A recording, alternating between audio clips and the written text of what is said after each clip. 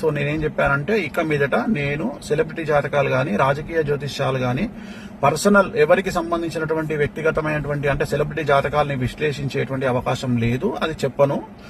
ప్రత్యేకించి నాగచైతన్య గారి జాతకం చెప్పడానికి కారణం ఏంది అంటే ఓన్లీ వన్ రీజన్ ఏంటంటే సమంతది జరిగింది కాబట్టి దాన్ని ఎక్స్టెండెడ్ గా దీన్ని మాట్లాడినాను అంతే తప్ప ఇక మీదట నా నుండి మీరు సెలబ్రిటీ జాతకాలు నేను చెప్పను అని చెప్పాను. అదే మాట మీద ఉంటున్నాను.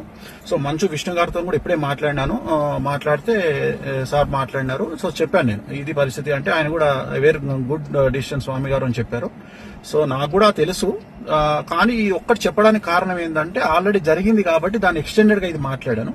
సో ఇక మీదట నేను సెలబ్రిటీ జాతకాలు చెప్పను అనే మాట మీదనే ఉంటున్నాను. నేను ఎక్కడ సోషల్ మీడియాలో వేరే వాళ్ళ జాతకాలని విశ్లేషించే ఉద్దేశము నాకు లేదు. నేను ఇక మీదట పెట్టను. విష్ణు గారు కూడా వచ్చిన తర్వాత కలుద్దామని చెప్పినారు. సో ఇది నేను నా సోషల్ మీడియా ప్లాట్ఫామ్ ద్వారా నేను చెప్పాలనుకుంటున్న విషయం.